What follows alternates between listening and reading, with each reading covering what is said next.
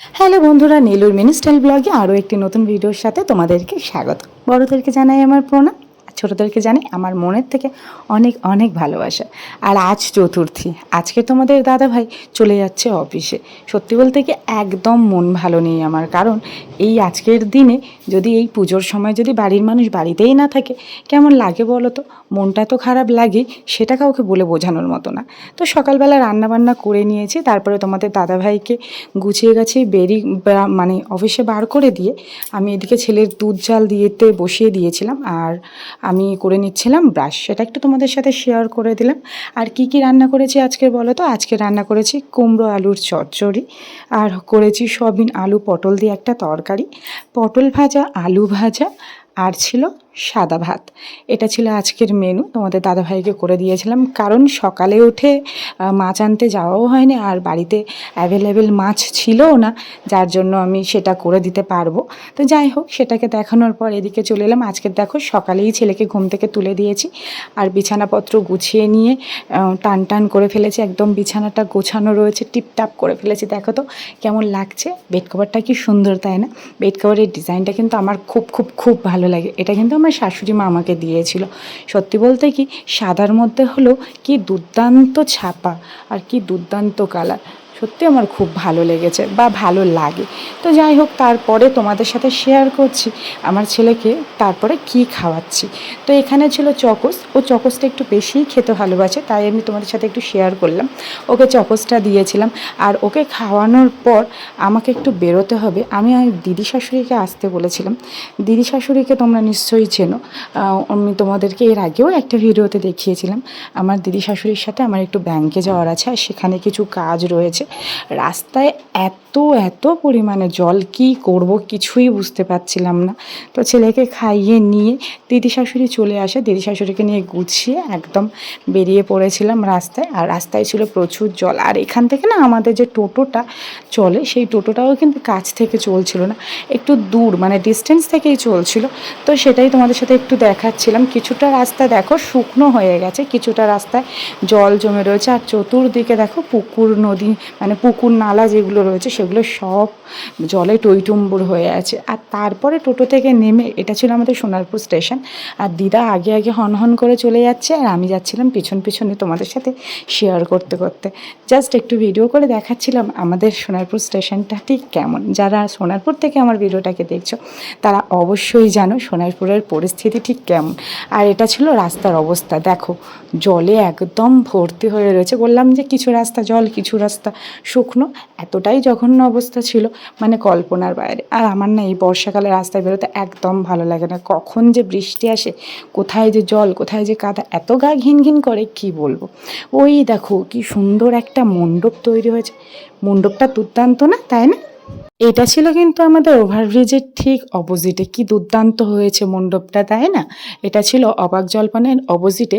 এখানে কিন্তু অনেক মানে নবদুর্গা হয়, যেটা আর কি খুব সুন্দর হয়।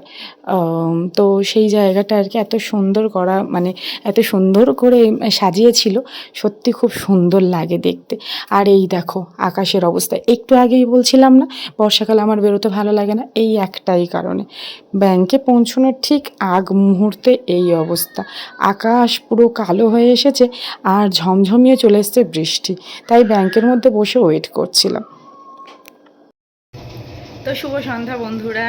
আর দুপুরবেলা তোমাদের সাথে শেয়ার করলাম কোথায় গিয়েছিলাম। সেখান থেকে এসে মানে খাওয়া দাওয়া করে একটু রেস্ট নেওয়ার পর তোমাদের সাথে আবারও এই সন্ধ্যেবেলায় কথা বলছি। সন্ধ্যা ঠিক বলবো না, এখন অলরেডি 8টা সাড়ে 8টা বেজে গেছে।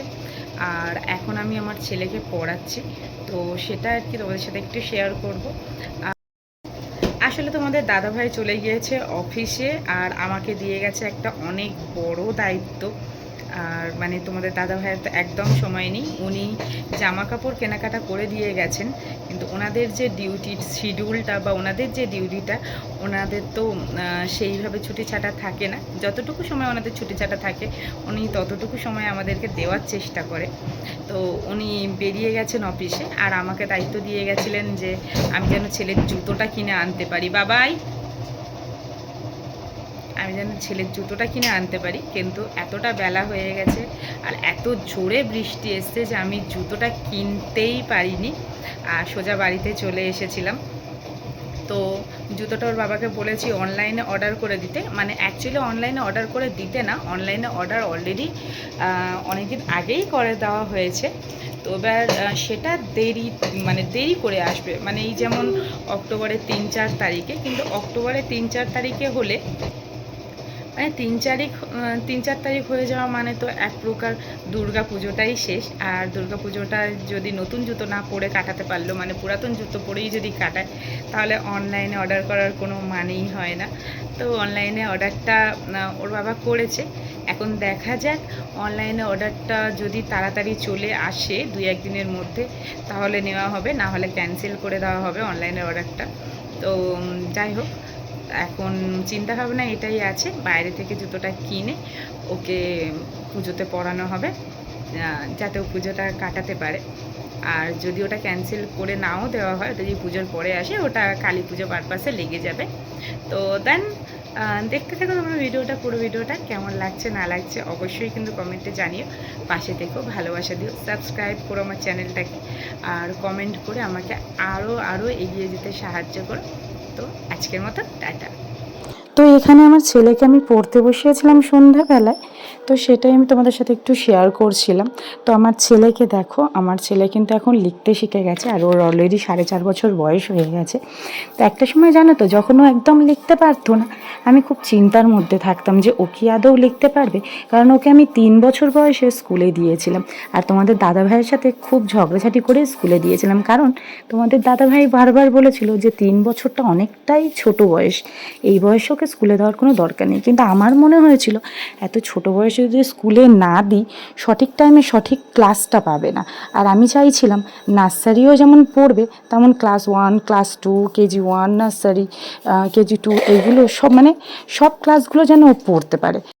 হ্যাঁ, এটা ছিল আমাদের খাটের অবস্থা, মানে আমার ছেলে এই করেছে ওর খাটটাকে, একটু সুযোগ পেলে বদমাইশি করে তার এই অবস্থা করবে।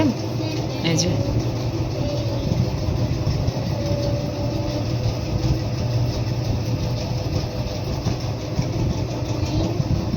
এখন তো মন দিয়ে লিখছে গুড বয়ের মতো, আমার গুড বয়, এই যে good boy, good boy hello বলে দাও, তাকিয়ে বলো, মুখে বলো হ্যালো বলে দাও বাবা। বাহ, এই তো গুড বয়, ভেরি গুড। তুমি কি লিখছো, কি লিখছো? হ্যাঁ, 1 2 লিখছো, ভেরি গুড ভেরি গুড। তুমি একা একা হোমওয়ার্ক করছো? ও বাবা, হ্যাঁ হ্যাঁ, আচ্ছা আচ্ছা, তাই, গুড বয়। আচ্ছা করো, তুমি তো বড় হয়ে গেছো, একা একা পারো, তাই না? তাই তো, ভেরি গুড। আজকের মতো এখানেই তোমাদেরকে জানাবো শুভরাত্রি বন্ধুরা। আর ব্লগটা কেমন লাগলো অবশ্যই কিন্তু জানিও। আজকের ব্লগটা এখানেই আমি শেষ করব, বেশি বড় করব না আজকের, সেইভাবে আমি ক্যাপচার করে উঠতে পারিনি বাড়িতে থাকার জন্য। তো শুভরাত্রি বন্ধুরা, টাটা।